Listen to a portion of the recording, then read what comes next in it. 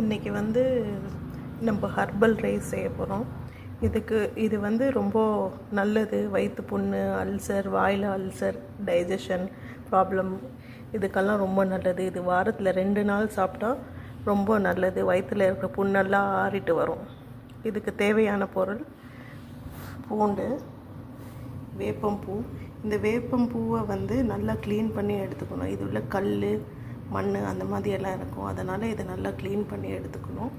இது வந்து வத்தல் சுண்டக்காய், இது வந்து மந்தக்களிக்காய்.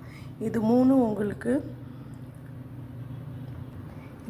உங்களுக்கு நாட்டு மருந்து கடையில் கிடைக்கும். இது எப்படி செய்ய, நல்லா ஒரு ஸ்பூன் நெய், பசு நெய் எடுத்து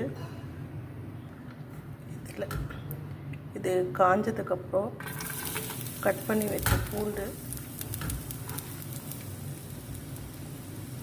இதை வந்து நல்லா வதக்கிக்கணும். நல்ல பொன்னிறமாக.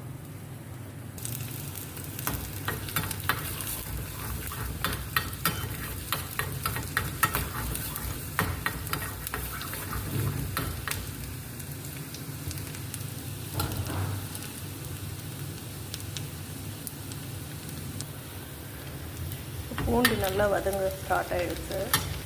இந்த பதத்தில் நம்ம சுண்டக்காய் சேர்த்துப்போம். நம்ம ஒன்றா தான் சேர்த்துக்கணும். இந்த சுண்டக்காய் நல்லா வறுத்துட்டு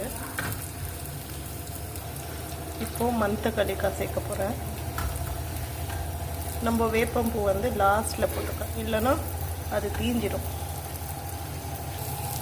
ஸ்டவ்வை நல்லா சிம்மில் வச்சுட்டு இதெல்லாம் நல்லா வதக்கி எடுத்துப்போம்.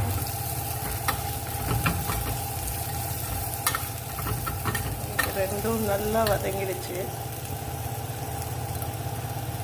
இந்த பதத்தில் இருக்கும்போது வேப்பம்பூ போட போகிறேன்.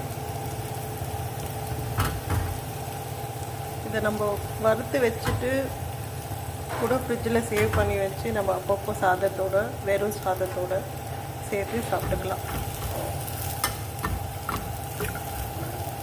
சில பேருக்கு நெய் பிடிக்காது, அதனால் நல்லெண்ணெயில் கூட வறுத்துக்கலாம். இது கூட கொஞ்சம் மிளகு, உப்பு சேர்த்துட்டு வெறும் சாதத்தோட நெய்யோட மிக்ஸ் பண்ணி சாப்பிட்லாம். வாரத்தில் 2 நாள் கொஞ்சமாக சாப்பிட்டா போதும். இதை நீங்கள் பொடி கூட பண்ணி ஃப்ரிட்ஜில் வச்சுக்கலாம்.